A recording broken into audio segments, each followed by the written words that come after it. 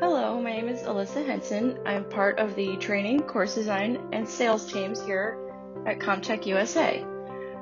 Growing up, I always knew I wanted to have a job helping others. When I was younger, I thought maybe I was going to be a teacher someday.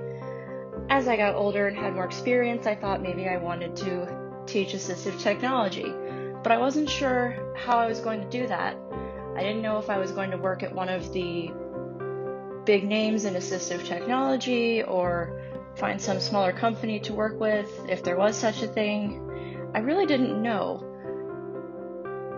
But I was happy and pleasantly surprised when I found Commtech USA, whom I actually found a little bit by accident on a website called Blind Bargains, where people go to buy and sell assistive technology, along with sometimes other products. I go there often just to look and see what people are selling that day, and happened upon this site that was looking for course designers and sales representatives. I liked what I saw and submitted my resume and a cover letter. They reached out to me several days later and asked me to complete an interview with them, which I did, and now here I am, and I'm happy to be here. I enjoy helping others and want to see them feel as excited about technology as I am. Believe me, I understand the apprehension that people feel sometimes about trying new things. I felt that when I was little, starting my technological journey. It started all in kindergarten with a Braille and Speak. I was not a big fan of the Braille and Speak. I did not like the way it sounded and the fact that I had to listen to everything. I was used to reading Braille, as I had started reading Braille when I was 3 years old.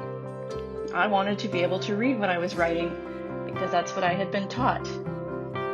I did not like the way that the robotic voice spoke and just wasn't fond of the experience overall.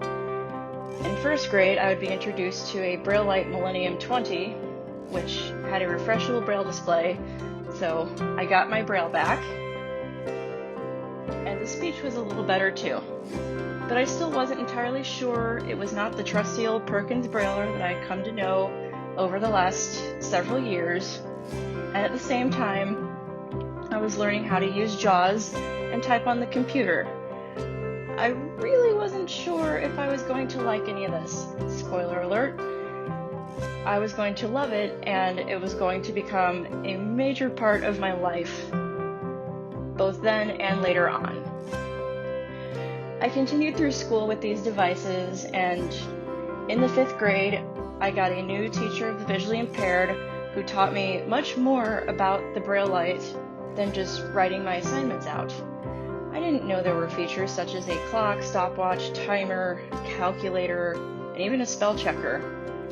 These were good things to know, but just as I got used to them, I went into the 6th grade and received a PackMate, which was a whole new kind of device and a lot more advanced.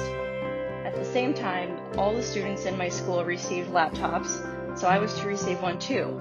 The only difference was they all received Macs because my district ran on Mac, but Mac was not accessible enough for me yet, so I needed a Windows machine with JAWS, which is what I got.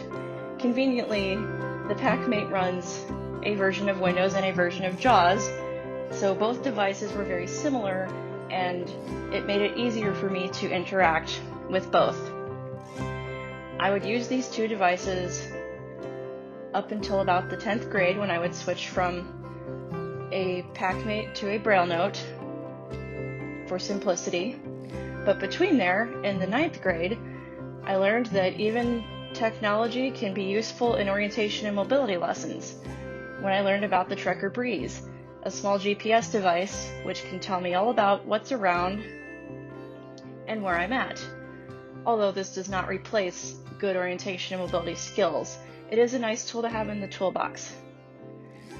In the 10th grade, as I said, I started learning how to use the Braille Note Apex, which was a different kind of device. It replaced the PackMate, which had been old and worn out by then, and it was a lot simpler to use.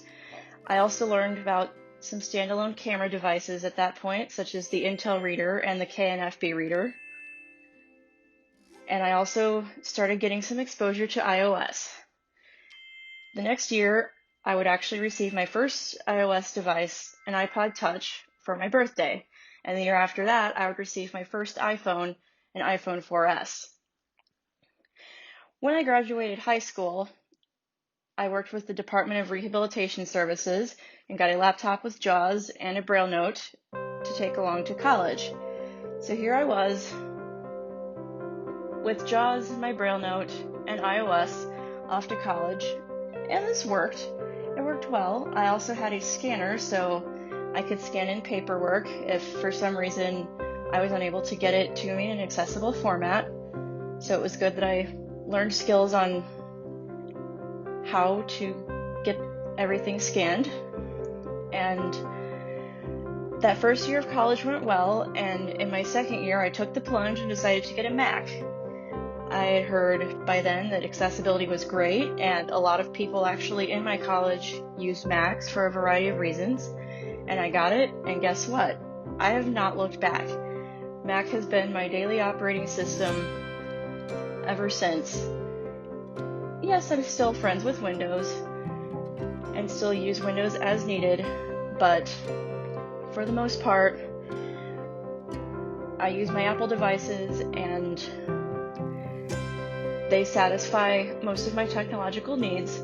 That is why I'm starting out here as an iOS trainer and may eventually pick up more skills such as Mac and potentially Android as time goes on, because I'm excited to learn all about new and different technologies and hope to invoke some of that excitement onto the people that I'm working with. Thank you for taking the time to listen and learn more about me, and I look forward to working with you. Thank you.